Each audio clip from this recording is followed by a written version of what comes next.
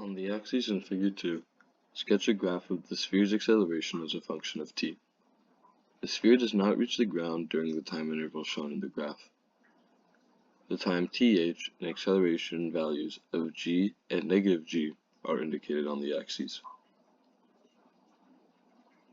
First off, we know that drag is going to be acting down since the sphere is traveling up. That means that the acceleration is going to be less than negative g, because not only is gravity acting downwards, you also have drag acting downwards. However, at time th, the velocity is going to be 0, because the sphere has reached its maximum height. Therefore, since drag is equal to negative bv, the drag force is going to be 0, and the acceleration will only be negative g, because gravity is the only force acting on it. Past there, drag acts upwards, and the net force is going to be less than just the weight, and the acceleration will be greater than negative g. Derive an expression for the time th at which the sphere reaches its maximum height.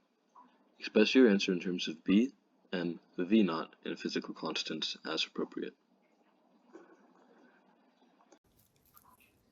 So, let's start with our equation for v of t, which we got from part A1. And that's going to be equal to bv0 plus mg times e to the negative bt over m minus mg all over b.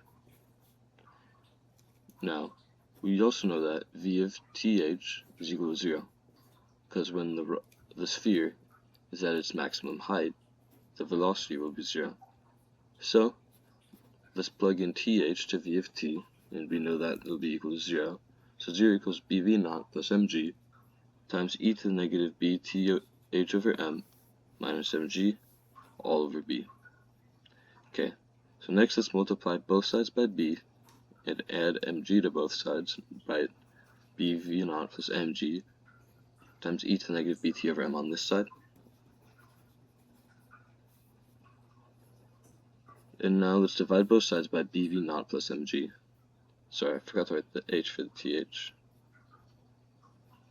bth over m is equal to mg over bv0 plus mg. So now we're going to take the natural logarithm of both sides. We'll get that negative bth over m equals ln mg over bv0 plus mg.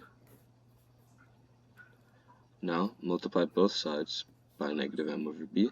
We get th equals negative m over b times the natural log of mg over bv0 plus mg.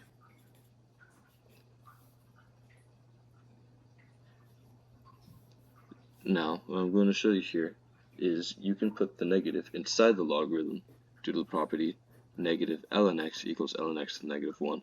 And so effectively, I'm just going to rewrite it as m over b times ln, then the inverse of the argument. And this comes from the rule that a ln x or any number ln x is equal to ln x to the a. So th is equal to m over b, so I'm going to take that negative 1, put it inside, and that's going to flip it, and we get bv0 plus mg over mg. This would be our final answer, and that concludes the question.